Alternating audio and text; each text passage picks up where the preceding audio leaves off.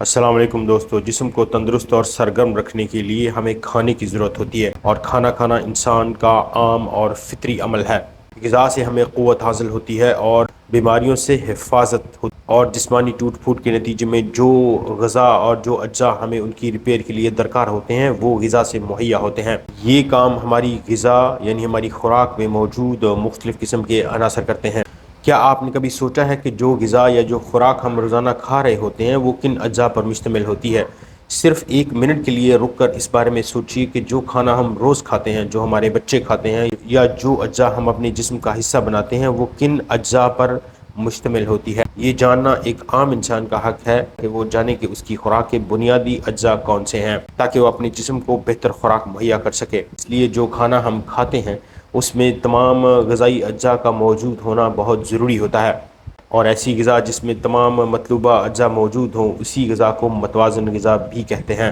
آج کی ویڈیو میں ہم آپ کو بتائیں گے کہ ہماری غذا کے بنیادی عناصر کون سے ہیں۔ آج کی ویڈیو میں ہم آپ کو بتائیں گے کہ ہماری غذا کن بنیادی عناصر سے مل کر بنتی ہے، تاکہ آپ اس ویڈیو کو دیکھنے کے بعد آپ یہ جان سکیں گے کہ آپ کی غذا یعنی آپ کی خوراک کے بنیادی اجزاء کون سے ہیں اور آپ کو کن اجزاء پر توجہ دینی ہے۔ تو دوستو، ہماری غذا بنیادی طور پر 5 عناصر سے مل کر بنتی ہے، جس میں پہلے نمبر پر ہے پروٹین، دوسرے نمبر پر ہے کاربوہائیڈریٹ، تیسرے نمبر پر ہے چکنائی یعنی فیٹ، چوتھے نمبر پر ہے معدنی نمک، اور پانچویں نمبر پر ہے وائٹامنز۔ تو 5 بنیادی عناصر ہوتے ہیں ہماری خوراک کے جو ہم کھاتے ہیں یا جنہیں ہمیں کھانا چاہیے۔ جسم میں ان غذائی اجزاء کی وجہ سے جو کام ہوتے ہیں وہ بلا روک ٹوک ہوتے رہتے ہیں۔ جب کبھی ان فنکشنز میں رکاوٹ ہوتی ہے تو ہمارے جسم میں بہت سارے مسائل پیدا ہو جاتے ہیں۔ ان 5 اجزاء اور عناصر کو ہم باری باری ڈسکس کریں گے اور یہ جانیں گے کہ یہ ہماری صحت کے لیے کتنے ضروری ہیں۔ پہلے نمبر پر بات کرتے ہیں پروٹین کے بارے میں۔ پروٹین ہمارے جسم کے بنیادی سٹرکچر کو بنانے اور اس کے اندرونی حصے کو بنانے کی ذمہ دار ہے۔ یہ چکنے، لعابدار، چمکیلے اور گاڑے مادے ہوتے ہیں۔ ہمارے جسم کے پٹھے، جلد، بال، ناخن، دل، دماغ، جگر، تیلی، پھیپھڑے اور گردے وغیرہ سبھی پروٹین سے بنے ہیں۔ یہ پروٹین ہمیں گندم، سویابین اور خشک پھلوں سے کافی مقدار میں حاصل ہوتی ہے۔ ان کی کمی سے ہمارے جسم کی گروتھ رک جاتی ہے، اور جب ہم اپنی خوراک میں پروٹین کو نہیں لے رہے، خاص طور پر بڑی عمر کے افراد جب 50 سال یا اس سے زیادہ عمر کے ہوتے ہیں تو وہ اپنی خوراک کا دھیان نہیں رکھ پاتے، جس کی وجہ سے ان کی خوراک عام طور پر پروٹین کی کمی کا شکار ہو جاتی ہے۔ پروٹین کی کمی کی وجہ سے ہمارے جسم میں گروتھ کا عمل رک جاتا ہے، اور ہمارے جسم میں جو مسلز کی اور یعنی پٹھوں کی توڑ پھوڑ ہوتی ہے اس کی ریپیئر کے لیے بنیادی اجزاء پروٹین ہے۔ جب یہ پروٹین مہیا نہیں ہوتے تو ہماری جسم میں ریپیئر یعنی مرمت کا کام بھی رک جاتا ہے، جس کا نتیجہ کمزوری کی صورت میں نکلتا ہے، اور جسم کے پٹھے مسلز ڈھیلے ہو جاتے ہیں۔ جسم کے پٹھے مضبوط رکھنا چاہتے ہیں تو آپ کو اپنی خوراک میں پروٹین کو ایڈ کرنا ہوگا۔ دوسرا بنیادی عنصر ہے کاربوہائیڈریٹس۔ یہ سٹارچ، میدے اور شکر کا مشترکہ نام ہے۔ اس کا کام جسم میں ایندھن کی طرح جل کر گرمی اور قوت پیدا کرنا ہے۔ گرمی سے ہمارے جسم میں ایک خاص درجہ حرارت قائم رہتا ہے، اور جو زندہ رہنے کے لیے بہت ضروری ہے۔ کاربوہائیڈریٹس کی کمی سے طرح طرح کی بیماریاں پیدا ہو سکتی ہیں۔ تیسرا بنیادی عنصر ہے چکنائی یعنی فیٹ۔ یہ بھی ہمارے جسم کے لیے بہت ضروری ہے۔ گھی، دودھ، مکھن اور خوردنی تیل سے ہمارے جسم میں فیٹ یعنی چکنائی ہوتی ہے۔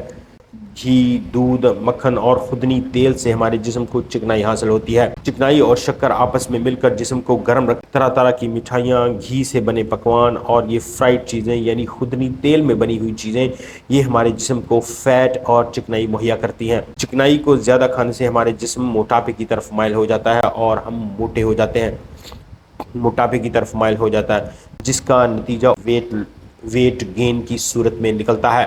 اس لیے مناسب مقدار میں گھی، دودھ لینا چاہیے اور آئل کی مقدار اپنی زندگی میں کم رکھنی چاہیے۔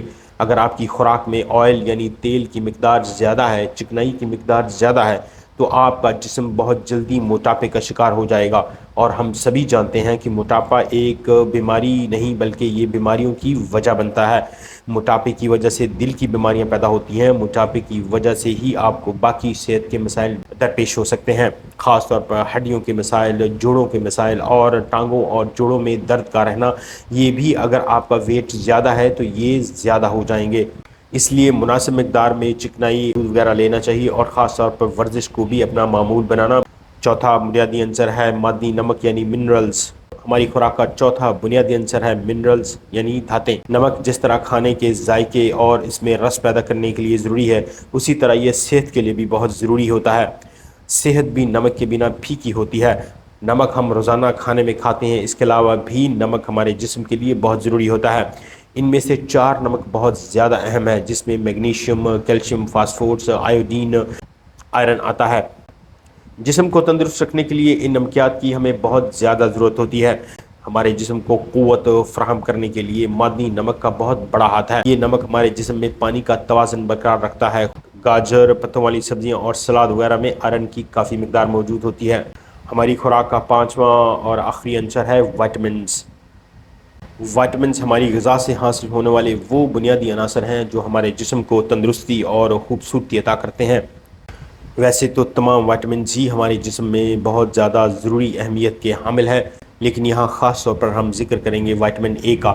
یہ آنکھوں کے لیے بہت ضروری ہوتا ہے۔ اس کی کمی سے نائٹ بلائنڈنس یعنی رات کو نظر نہ آنا اور موتیا جیسی بیماریاں ہو سکتی ہیں۔ وائٹامن اے ساگ، سبزیاں، ٹماٹر، گاجر، میتھی، چقندر اور بند گوبھی وغیرہ میں ہوتا ہے۔ اس کے بعد نمبر آتا ہے وائٹامن بی کا۔ اس کی ضرورت ہمیں ہمارے اعصابی نظام کو ٹھیک رکھنے کے لیے ہوتی ہے اور دل کو بھی ٹھیک رکھنے کے لیے وائٹامن بی کی ضرورت ہوتی ہے۔ یہ گندم، مکئی، گاجر، باجرہ، گوشت وغیرہ میں کافی مقدار میں پایا جاتا ہے۔ اس کے بعد وائٹامن سی کا نمبر آتا ہے جو کہ ترش یعنی کھٹے پھلوں میں موجود ہوتا ہے، جیسے کہ لیمو، سنترا، مالٹا، سبز مرچ اور امرود وغیرہ میں۔ اس کے بعد نمبر آتا ہے وائٹامن ڈی کا جو کہ دودھ، چکنائی والی خوردنی چیزوں اور مچھلی کے تیل میں سب سے زیادہ پایا جاتا ہے، لیکن تازے دودھ، مکھن، گھی اور انڈے کی زردی میں بھی ملتا ہے۔ وائٹامن ڈی ہمارے دانتوں اور ہماری ہڈیوں کے لیے بہت زیادہ ضروری ہے۔ تو دوستو یہ تھے ہماری خوراک میں پائے جانے والے 5 بنیادی اجزاء۔ امید ہے اس ویڈیو کے بعد آپ یہ جان پائیں گے کہ آپ جو کھا رہے ہیں کیا اس میں یہ بنیادی اجزاء کسی نہ کسی حد تک موجود ہیں۔ اب جب بھی آپ فاسٹ فوڈ، جنک فوڈ یا پروسیس فوڈ کھائیں تو ضرور سوچیے گا کہ کیا اس خوراک میں جو آپ بہت مہنگے داموں خرید کر کھا رہے ہیں میں آپ کے لیے وائٹامنز موجود ہیں، منرلز موجود ہیں یا پروٹین کس حد تک موجود ہے۔ اسی طرح اگر ہم کھانے کی کمی یا غلط کھانے کے نقصانات کو جان لیں تو ہم اپنے جسم میں پیدا ہونے والی بہت سی بیماریوں کو پیدا ہونے سے پہلے ہی روک سکتے ہیں۔ خاص طور پر ان اجزاء کا ہماری خوراک میں موجود ہونا ضروری ہے۔ امید کرتا ہوں آج کی ویڈیو میں آپ کو اپنی خوراک کے بنیادی اجزاء کی کافی معلومات حاصل ہو گئی ہوں گی۔ ملتے ہیں اگلی ویڈیو میں۔ آپ دیکھ رہے ہیں نیوٹریشن ود ڈاکٹر عمران اور میرا نام ہے ڈاکٹر عمران ظفر۔ اگر آپ نے ابھی تک چینل کو سبسکرائب نہیں کیا تو ضرور سبسکرائب کیجئے۔ ہم ایسی ہی معلومات سے بھری ویڈیوز آپ کے لیے لاتے رہیں گے، اور جو دوست چینل پر نئے ہیں ان کے لیے خوش آمدید۔ چینل کو سبسکرائب کرنا مت بھولیے۔ ملتے ہیں اگلی ویڈیو میں، تب تک اللہ حافظ۔